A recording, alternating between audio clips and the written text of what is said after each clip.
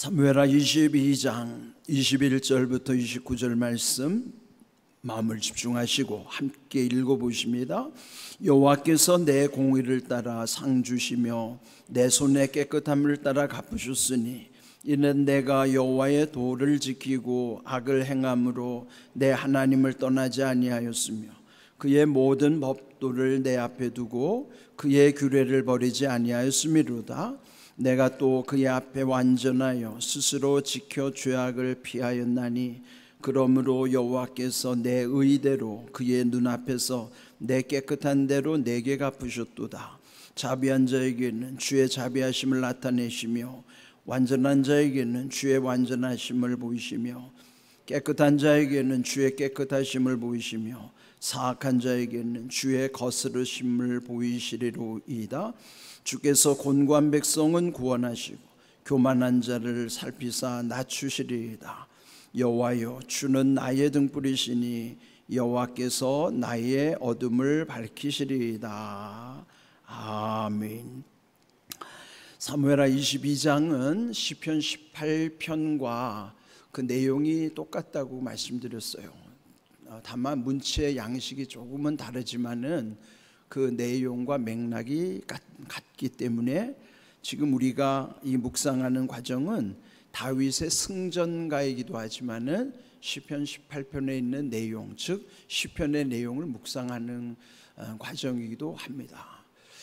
여기에 51절까지의 그 다윗의 하나님을 찬송하고 고백하는 내용은 결국 자기의 그런 많은 부족함이 있었지만은 또 다윗만 느끼는 것이 아니라 우리도 인생을 살면 살수록 인생은 알 수 없는 것 같아요.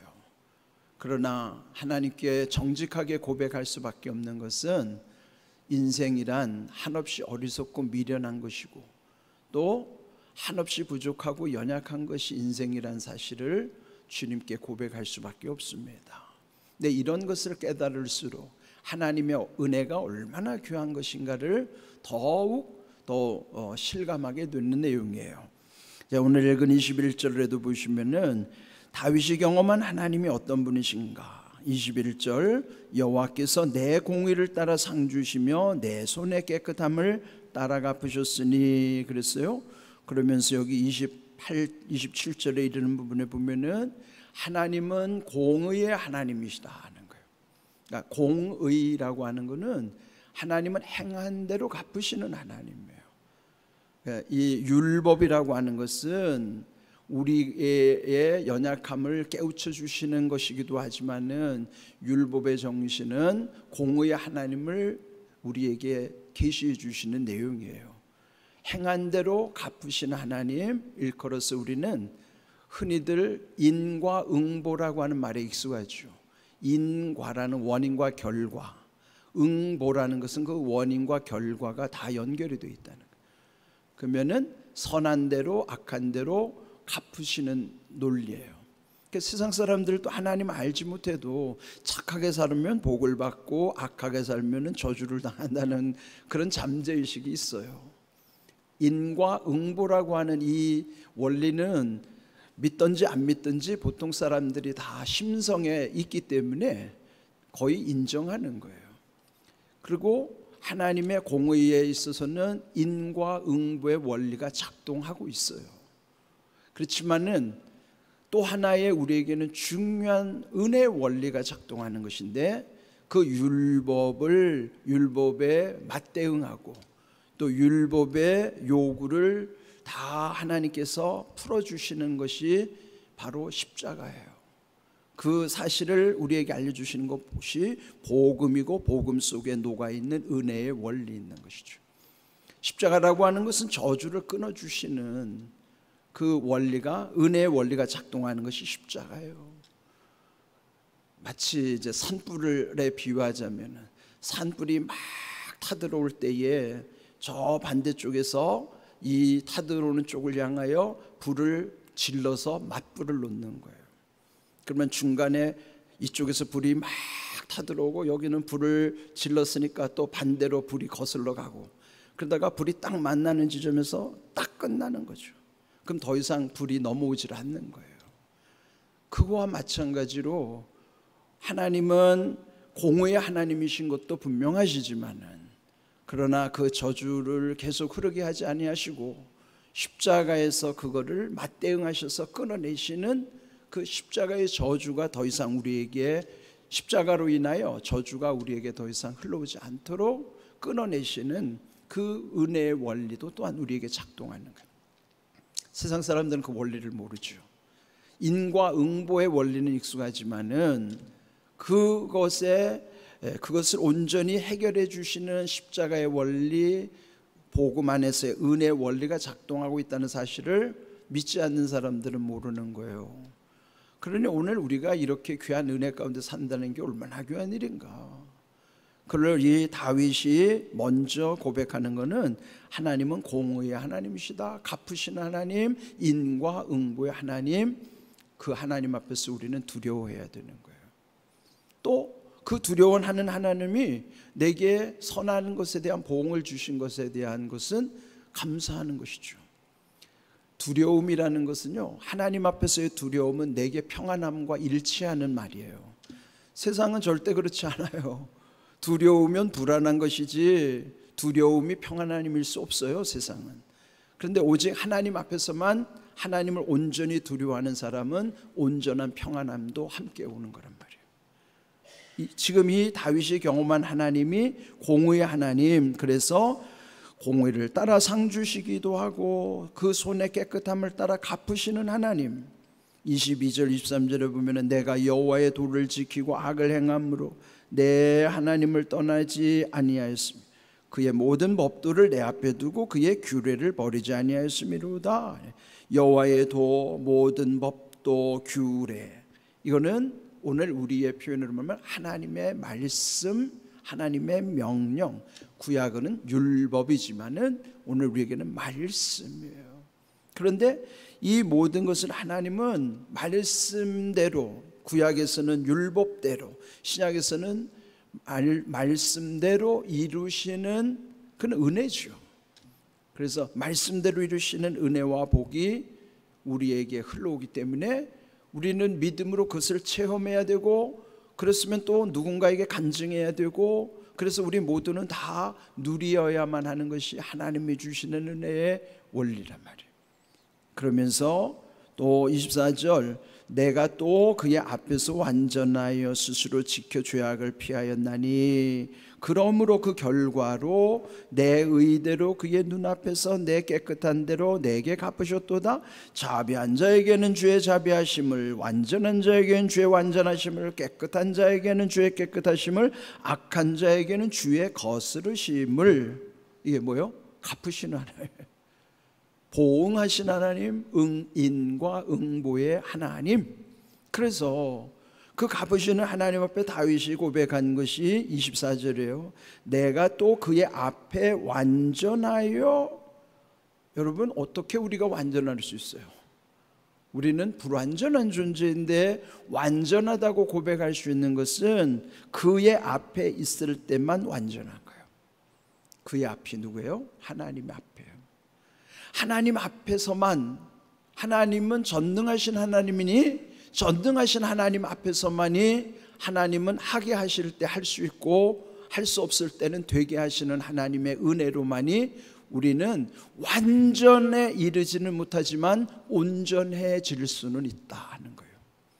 완전과 온전은 다르죠. 완전은 아예 흠 없는, 죄 없는 상태가 완전이고, 온전이라는 것은 내게 흠이 있고 불완전하더라도 그 전능하신 하나님으로 인하여 부족함이 없도록 하시는 것이 온전함의 상태예요. 그렇게 할 수 있는 까닭은 전능하신 하나님을 만날 때만이 가능한 거예요. 우리는 무능하잖아요. 무능한 내가 할 수 있는 것은 전능하신 하나님의 은혜로만이 가능한 거예요. 그걸 처음 경험한 사람이 누굴까요? 아브라함이에요. 창세기 17장 1절 말씀 함께 읽어봅니다. 아브라함이 99세 때에 여호와께서 아브라함에게 나타나서 그에게 이르시되 나는 전능한 하나님이라 너는 내 앞에서 행하여 완전하라. 여러분, 이 아브라함 앞에서 아브라함이 지금 나이가 99세란 말이에요. 99세 한번 노인을 생각해 보세요. 인생이 아주 가장 힘든 시기일 수 있죠. 이제 100살이 가까운 나이에 그때 하나님이 아브라함에게 나타나셔서 한 말씀이, 나는 전능한 하나님이라. 나는 전능한 하나님 앞에 서 있는 99세의 아브라함은 누구예요? 무능한 아브라함이란 말이에요. 아니 그런데 그 무능한 아브라함에게 완전하라는 말씀이 가당합니까? 불가능하죠. 그러면 우리의 관점에서 보면은 어찌 불가능한 상황 속에서 하나님은 99세 무능한 아브라함에게 완전하라는 명령을 하셨을까? 저도 이게 안 풀렸는데요, 곰곰이 묵상해 보니까요, 답은 내 앞에서가 답이에요. 내 앞에서. 주님 앞에 있지 않고는 이거 불가능해요. 전능하신 하나님 앞에서만은 완전할 수 없는데, 완전하라고 하는 건 뭐예요? 전능하신 하나님이 하게 하신다는 거죠. 하게 하시는 하나님의 은혜로만이 가능한 것이지, 하게 하시는 하나님의 은혜 없으면 불가능해요. 답이 뭐예요? 내 앞에서가 답이에요. 우리는 어찌 살아야 될까요? 주님 앞에서 살면 돼요. 주님 앞에서 살면 문제가 풀리는 거예요. 주님 앞에서, 그 말을 예수님은 내 안에서라고 표현하잖아요. 주님 안에서. 전능하신 하나님 앞에서 행할 때는, 여러분이 만약에 아이를 둔 부모가 그 아이의 어설픈 행동이 부모 앞에서는 도와주잖아요, 아기를. 그러니까 그 아이는 온전하게 뭔가를 할 수 있는 거란 말이에요. 그 아이는 불완전한데 그 부모가 그 아이와 함께 할 때, 그 아이는 그 부모 앞에서만이 온전하게 살 수 있지. 그 원리가 똑같은 거란 말이에요. 우리가 하나님의 명령 앞에서 이 모든 것이 이루어지려면은 하나님이 하셔야만 하는 것이고, 하나님이 하게 하셔야 되는 거예요. 하나님이 되게 하셔야만 하는 거예요. 그러니까 하나님이 정체를 밝히잖아요. 나는 전능한 하나님이라. 왜 밝히겠어요? 무능한 아브라함이 감당할 수 없는데 전능한 하나님이라는 것에 대한 소망을 갖게 하시는 거죠. 우리가 무능한데, 그런데 전능한 하나님, 엘샤다이라는 말이에요. 엘 하나님, 샤다이 전능하다는 거죠. 엘샤다이, 여기서 처음으로 하나님의 하나님 되심을 밝혀주시는 거예요. 아브라함의 하나님이 나의 하나님이면 그 엘샤다이, 전능하신 하나님은 오늘도 우리에게 말씀하시는 거예요. 옛적에 아브라함도 99세에 무능할 때 완전하라고 하신 하나님이 오늘 우리에게도 전능한 하나님 앞에서만이 우리도 온전해질 수 있다는 이 원리, 이 비결, 이 은혜의 원리를 붙잡고 살아야 된다는 것이죠. 다윗이 똑같이 고백하는 거예요. 24절, 하나님 앞에 완전하여 스스로 지킬 수가 있었고 죄악을 피할 수가 있었다. 아브라함이 경험한 하나님을 다윗도 똑같이 경험했다면 오늘 나도 그렇게 하나님을 경험하면서 살아야 되는 거예요. 문제는 우리가 그 순간 하나님 앞에 있지 않으니까, 주님 안에 살지 않으니까 모든 문제를 우리가 감당할 수 없는 것이죠. 여기서 오늘 중요한 답을 얻으셔야 돼요.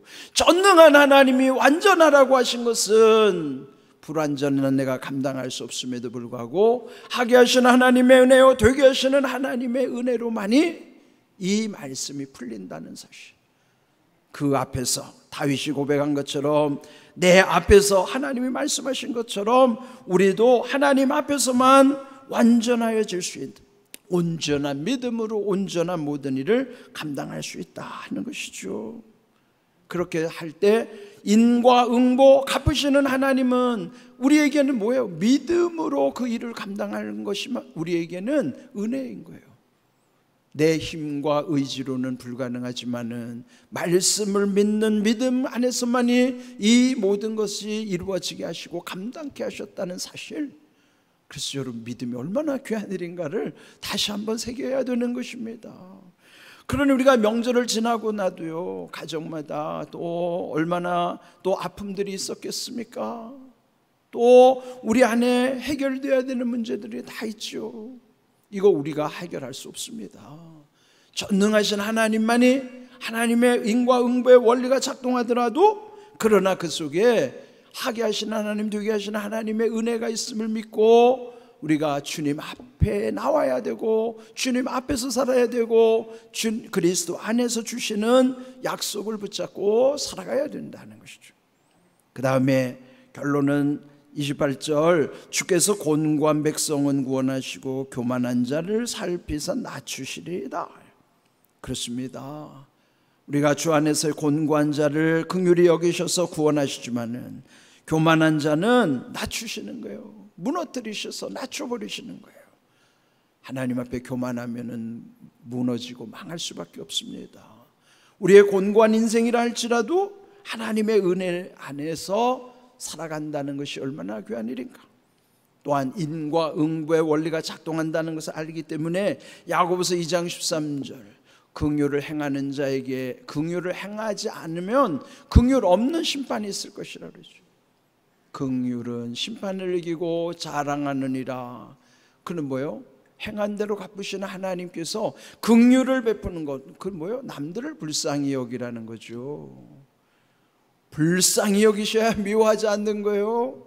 식구들도 마찬가지지만 교우들도, 또 이웃관계에서의 사랑의 관계 속에서는 불쌍히 여기는 것이 비결이에요. 그래야 모든 것이 그 안에서 하나님이 만져주시는, 해결되는 은혜가 있는 거예요. 회복의 은혜가 있는 것입니다. 오늘 마지막 29절에 보면은 여호와여 주는 나의 등불이시니 여호와께서 나의 어둠을 밝히시리이다. 오늘 제목이에요. 주는 나의 등불이시니, 하나님의 나의 등불, 하나님이 나의 등불이 되어 주시다. 그런데 21장 이 직전에 21장 17절에서 보면은 아비새 장군이 다윗에게 전쟁 중에 이제는 전쟁에 나가지 마십시오. 당신이 이스라엘 등불인데 등불이 꺼지지 않게 하시옵소서. 그렇게 다윗을 이스라엘의 등불로 표현했어요. 그런데 여기서 그거를 다윗이 자기가 이스라엘 등불이라고 말하지 않아요. 나의 등불은 하나님이시라고 고백하는 거예요. 보통 사람 같으면은 자기가 이스라엘 등불이라는 말이 얼마나 좋은 말이에요. 그러면 자기도 그렇게 받았으면 교만할 수밖에 없지만은, 그러나 자기가 등불이 아니라 나의 등불은 여호와이시기 때문에 내 안에 있는 어둠도 하나님이 빛으로 다 물러가게 하신다는 거예요. 나의 어둠, 내 속에 있는 어둠을 나의 등불이신 주님이 다 어둠을 사라지게 하는, 밝혀주신다는 것이요. 요한복음 8장 12절 우리 함께 읽어봅니다. 예수께서 또 말씀하여 이르시되 나는 세상의 빛이니 나를 따르는 자는 어둠에 다니지 아니하고 생명의 빛을 얻으리라. 예수님은 세상의 빛으로 오셔서 우리 안에 생명의 빛을 비추시는 거예요. 여기 다윗이 하나님이 나의 등불이라고 고백했던 것처럼 예수님이 말씀하신 대로 우리에게 세상의 빛으로 오신 주님만이, 예수님만이 나에게 생명의 빛이라는 사실을 우리는 믿고 살아야 되는 거예요.